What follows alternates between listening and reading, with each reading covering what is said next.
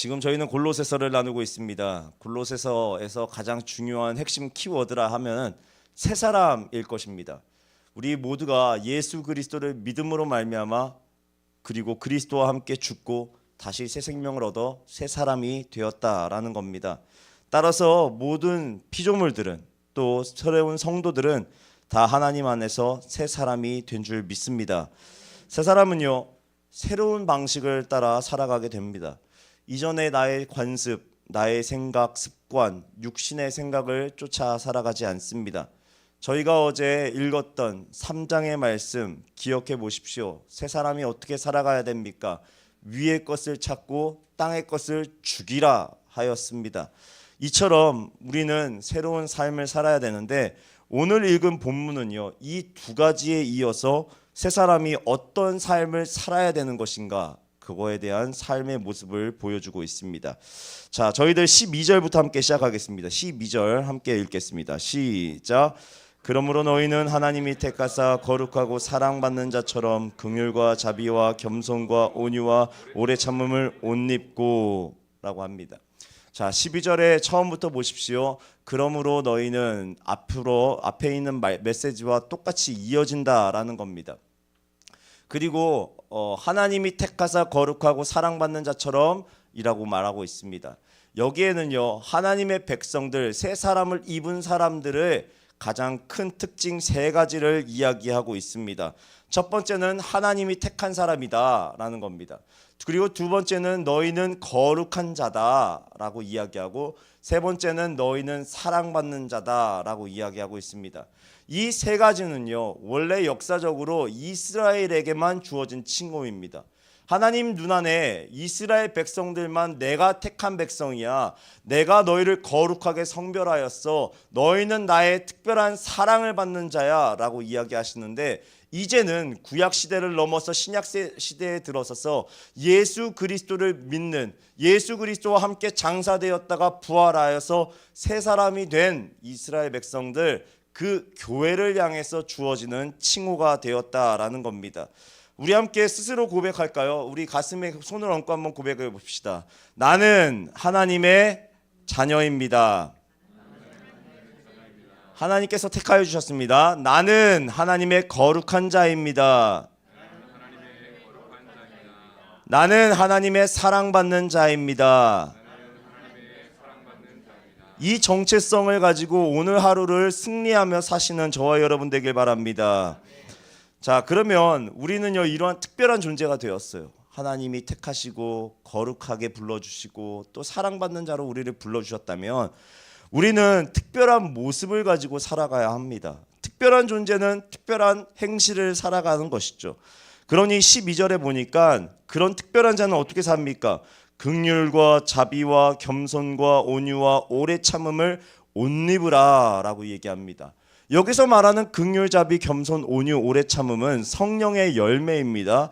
또 인간의 성품에 대해서 이야기하고 있는 겁니다. 이러한 인간의 참 좋은 성품을 옷 입어라 라고 이야기하는 것이죠. 예수를 잘 믿는 사람과 예수님을 믿지 않는 사람의 가장 큰 차이가 있다면 바로 성품의 차이가 있을 것 같습니다. 예수를 잘 믿는 사람들은요, 바른 성품을 갖게 되어 있습니다. 그리고 세상 사람들이 보기에도요, 참 착한 사람이다 라는 성품을 갖고 있어야 된다라는 것입니다. 그리고 이렇게 좋은 성품을 갖고 있으면 반드시 어떤 일이 일어나냐면 바른 관계를 맺게 되어집니다. 내가 긍휼한 마음을 가지고 다른 타인을 바라보는데, 자비함을 갖고 겸손함을 갖고 온유와 오래 참음을 갖고 내 아내와 남편과 자녀와 이웃을 바라보는데 과연 그 관계가 잘못될 일이 있겠습니까? 그렇지 않습니다. 그 관계는 반드시 좋게 되어 있게 되어 있습니다. 그러니 참된 믿음을 갖고 있다라는 것은요, 달리 말한다면 바른 관계를 세우고 있다라는 겁니다. 한번 우리 스스로의 관계성을 한번 생각해 보십시오. 나는 타인들과 두루두루 좋은 관계를 맺고 있는가? 나는 교회 안에 들어와서도 다른 교우들과 좋은 관계를 맺고 있는가? 그것이 나의 믿음의 어떤 바로미터, 이렇게 측정할 수 있는 측정치가 될 수도 있는 것입니다. 그렇다면 왜 그렇게 관계가 중요한 것인가? 이 이유를 알아야 됩니다. 오늘 우리가 읽지 않았지만 어제 읽었던 골로새서 3장 11절의 말씀 한번 읽어볼까요? 시작. 거기에는 헬라인이나 유다인이나 갈렙파나 무할레파나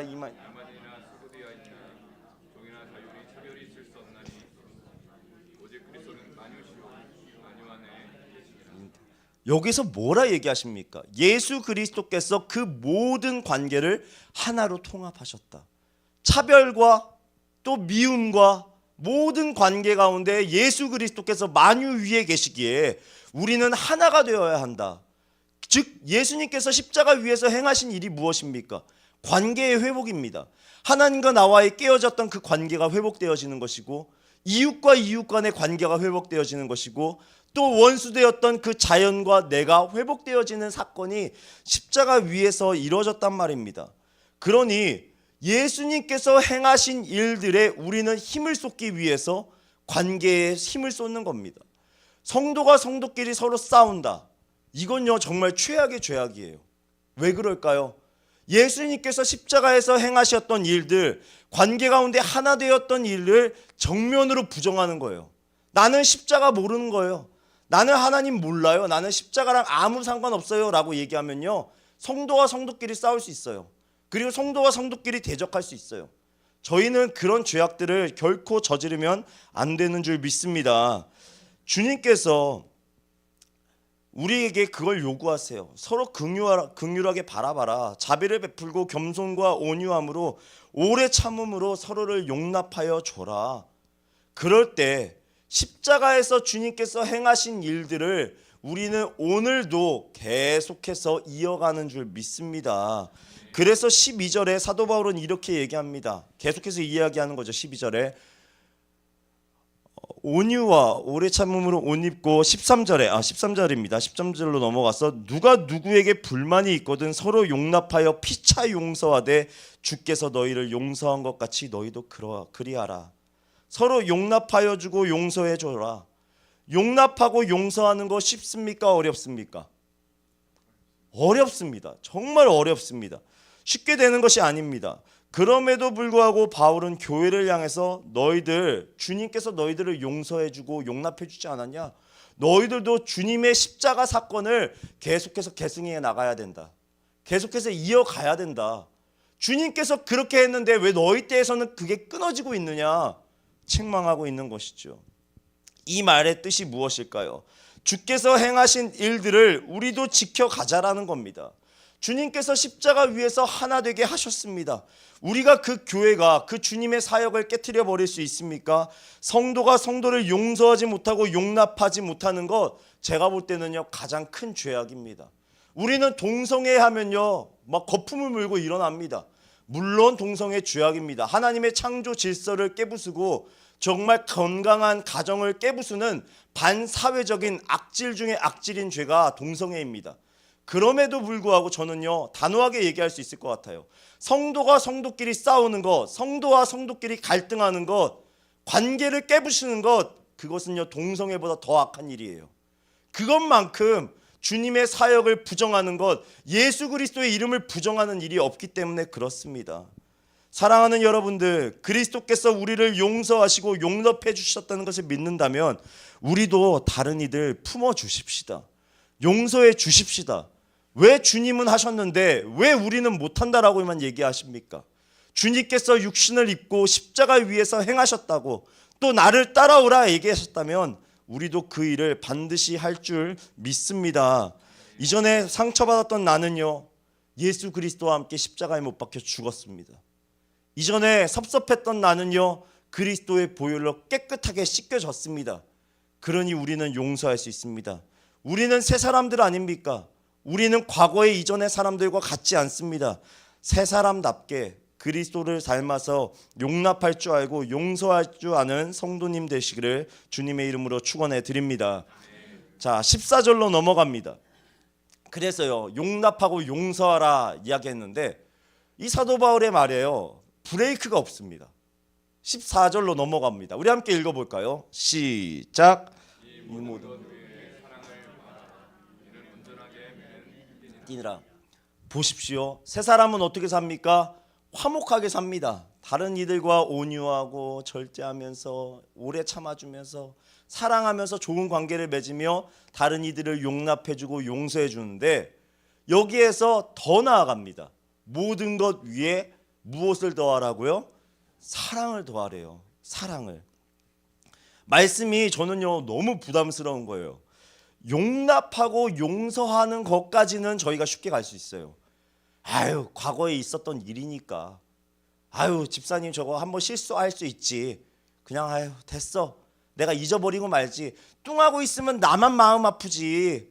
아유, 뭐하러 내가 마음고생해, 포기하자. 이렇게 쉽게는 마음을 먹을 수 있을 것 같아요. 그렇지 않나요? 맞아요. 거기까지는 우리는 쉽게 가요. 그런데 사랑하래요. 사랑. 이 사랑이라는 것은 뭐예요? 엑스트라 마일을 가는 거예요. 저 사람 안 보면 그만이지라고 무시해버리는 게 아니라 원수 같았던 사람을 찾아가서 오히려 더 사랑해주래요. 더 연락해주고 더 케어해주고 더 기도해주고 그 사람에게 내 마음을 쏟아내래요. 그게 정말 너무나도 어려운 건 아닙니까? 사랑이라는 게 뭐예요? 그들이 원하지 않아도, 요구하지 않아도 내가 자발적으로 능동적으로 찾아가서 베푸는 거예요. 부모가 자녀를 사랑해요. 자녀가 태어나면서 엄마 나에게 이런 거 베풀어 주세요, 나에게 이런 거 해주세요, 이런 거 해주세요 요구하는 자녀 있습니까? 없습니다. 부모가 사랑하니까 그 자녀에게 그냥 무조건적으로 베풀어 주는 겁니다. 그 자녀가 요구하지 않았음에도 불구하고 그 자녀가 필요하겠지 라고 베풀어 주는 겁니다. 우리 또 연애해 보셨죠? 안 해보신 것처럼 이렇게 쳐다보시는데, 저희도 한때 사랑해 봤잖아요. 지금도 사랑하고 있고요. 네. 사랑하면 어떻습니까? 그 사랑하는 사람에게 요구하지 않아도 이쁜 선물 사가지고 그 선물을 사다 주는 게 사랑 아닙니까? 그 사람을 사랑하니까 내가 먼저 뭔가를 베풀어 주고 싶은 것이 사랑입니다. 이처럼 사랑은 요구하지 않아도 내가 앞서서 먼저 행하는 것이 사랑입니다. 교회는요 이렇게 능동적으로 사랑하라는 겁니다. 에휴, 사랑할 만한 일이 있으니까 사랑하는 게 아니라 그 사람이 사랑할 조건이 단 한 가지도 보이지 않아도 주님께서 나를 먼저 사랑해 주셨기 때문에 나도 그 사랑 가지고 그 사람에게 찾아가라 라고 이야기하고 있는 것입니다. 이렇게 우리가 능동적으로 먼저 사랑할 때, 그 사람이 요구하지 않아도 원수 같았던 자를 내가 먼저 품어주고 사랑할 때에 그 사랑이 우리를 온전하게 매는 띠가 된다라는 것입니다. 그렇게 먼저 사랑하면 우리가 깨어질 수 있을까요? 사랑하는데 자녀가 조금 미워도 그냥 야 족보에서 파내버려, 말로만 그렇지 어떻게 족보에서 팝니까? 또 사랑하는 여인이 정말 사랑하다가 가끔씩 싸울 때 있잖아요. 우리 헤어져. 그러고 나서 어떻게 합니까? 저녁에 막 질질 짜면서 아니야 내가 미안했어, 잘못했어, 내가 더 사랑할게. 그렇게 이야기하는 것이 진짜 사랑 아닙니까? 이렇게 사랑은요 우리를 하나로 묶어주는 띠가 된다라는 겁니다. 반대로 나는 사랑하지 않고 난 저 사람과 아무 상관없어, 나 혼자 신앙생활해야지, 무시하고 살지, 피곤하게 뭐하러 마음을 주냐라고 생각하면요 그때부터 교회는 깨어지기 시작하는 겁니다. 내가 그리스도의 사랑으로 다른 성도들을 사랑하게 시작할 때 교회는요 하나 되게 되어 있습니다. 우리 앞으로의 안디옥 교회 30년의 역사 가운데 필요한 것이 있다라면요 저는 이 사랑이라 생각해요. 아마 이런 사람들 많잖아요. 앞으로의 30년, 앞으로 우리 자녀가 살아가야 될 이 세대 가운데 신앙을 지키기는 더 어려워질 거예요. 아마 제가 환갑이 되고 제가 은퇴할 나이가 되면요 교회에 더 큰 어려움이 찾아올지도 모르겠다는 생각이 들어요. 그때 우리 교회가 하나 되고 더 결속력 있게 무돌돌 뭉치기 위해서는 무엇이 필요하냐? 이 예수 그리스도의 사랑이 필요해요. 다른 사람들이 조건이 있어서 사랑하는 거 아니에요. 우리가 잘 알고 있는 로마서 5장 8절의 말씀 있지 않습니까? 무엇이라 얘기합니까? 우리가 아직 죄인 되었을 때 그 사람이 조건이 완벽해서 사랑해 주는 거 아니에요. 그 사람이 이쁜 짓을 해서 사랑하는 게 아니에요.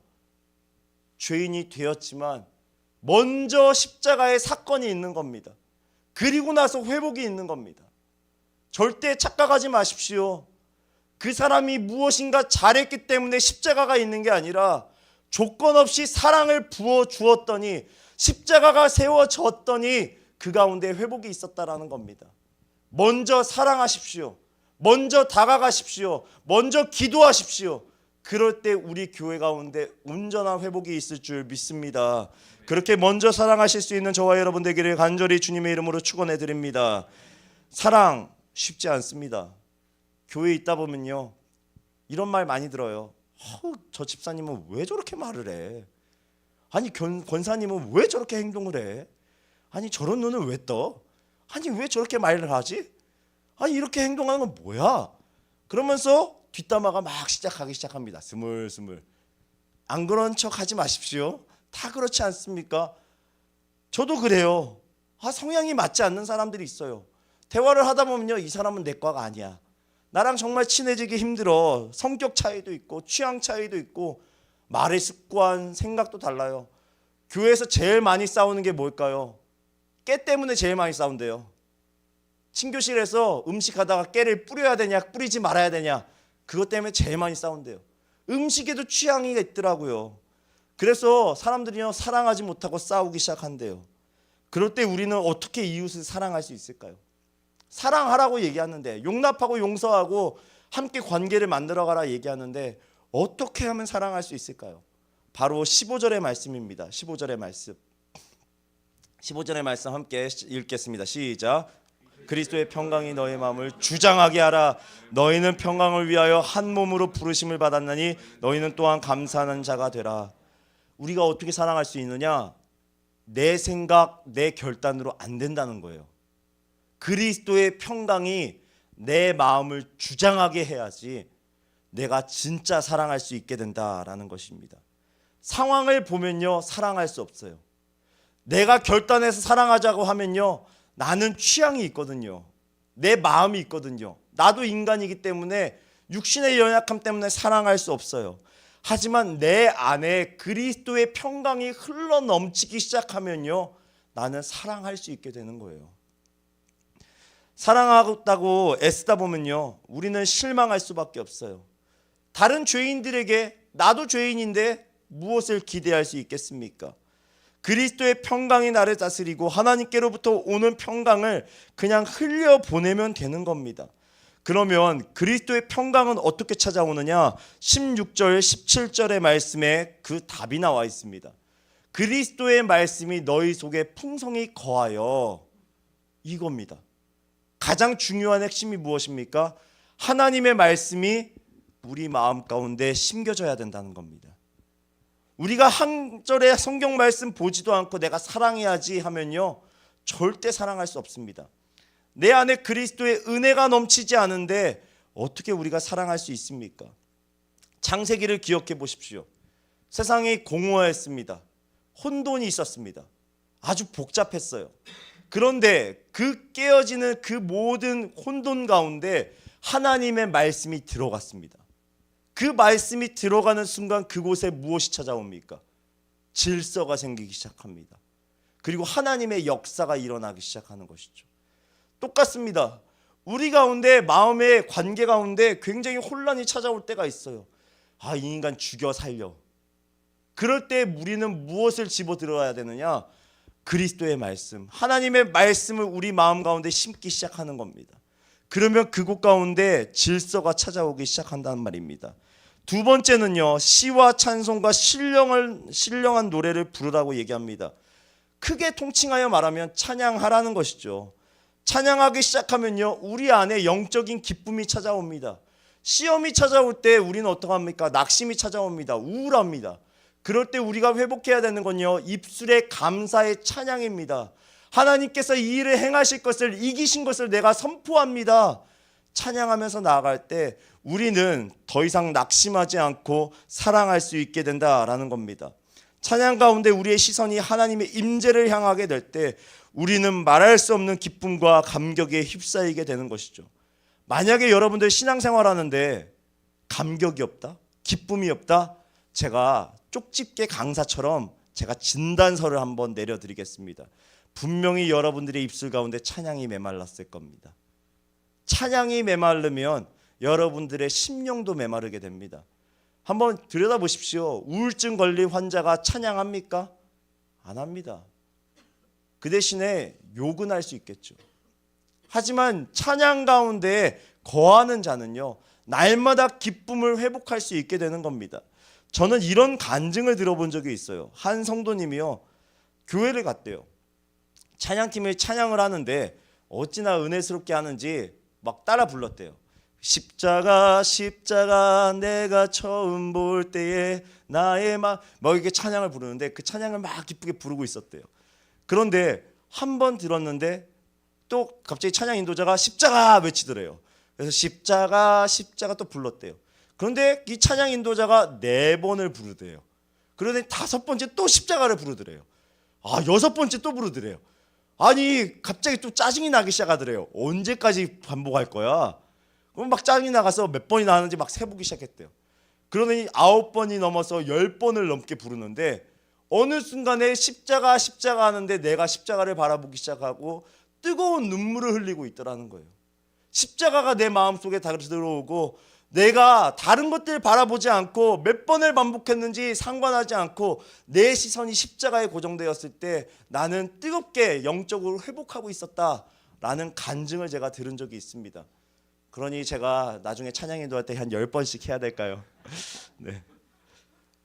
이처럼 찬양하는 가운데요, 사람은 회복되게 되어 있어요. 기쁨이 다시 샘솟게 되어 있어요. 여러분들 만약에 내 안에 메말라 버렸다, 나는 사랑할 수 없다, 말씀이 없다, 기쁨이 없다 라고 얘기하시면요, 찬양하십시오. 집에서 혼자 있을 때도 찬양하시고요, 교회에 와서도 마음껏 찬양하시고 어디에 있든지 찬양을 회복할 수 있기를 주님의 이름으로 축원해 드립니다. 그리고 마지막입니다. 마지막에 무엇을 하듯이 주 예수의 이름으로 하고 하나님 아버지께 감사하라 하였습니다. 날 구원해 주신 주님의 은혜가 감사하여 행하는 겁니다. 사랑하는 일 결국에 내 힘으로 할 수 없다라는 겁니다. 주님께서 나에게 감사한 일을 주셨습니다. 그 감사의 제목이 무엇입니까? 예수 그리스도께서 십자가에서 달려 죽으시고 부활하심으로 나에게 새 생명이 주어졌다는 겁니다. 나는 구원받은 자입니다. 처음으로 돌아가 봅니다. 주님께서 죽으시고 부활하셔서 나는 새 사람을 입어 나는 택한 자가 되었습니다. 나는 거룩한 자가 되었습니다. 나는 사랑하는 자가 되었습니다. 이 정체성을 가지고 날마다 살아간다면 내 안에 기쁨이 아니 흐를 수 있겠습니까? 내가 그렇게 특별한 존재가 되었는데 그 구원의 감격으로 살아가라 라고 이야기하고 있습니다. 그렇게 구원의 삶을 사는 사람들, 그 사람은 비로소 서로 용납할 수 있고 용서할 수 있고 끝까지 사랑할 수 있게 된다라는 겁니다. 사랑하는 여러분들, 자신의 구원을 돌아보십시오. 우리가 받은 구원 결코 하찮은 것이 아닙니다. 예수 그리스도의 피값으로 우리는 산 바 되었습니다. 우리는요, 우리의 노력으로 산 것이 아닙니다. 하나님의 은혜로 말미암아 우리는 새 사람을 입었습니다. 그렇게 우리가 하나님 은혜에 감사하기 시작할 때 그리스도 안에서 새 사람으로 온전히 사랑하며 하나가 될 줄 믿습니다. 그렇게 오늘 하루도 사랑하시면서 구원의 삶을 살아내는 저와 여러분 되길 주님의 이름으로 축원해 드립니다. 우리 가능하신 분들은 자리에서 일어나셔서 288장 찬송가 부르는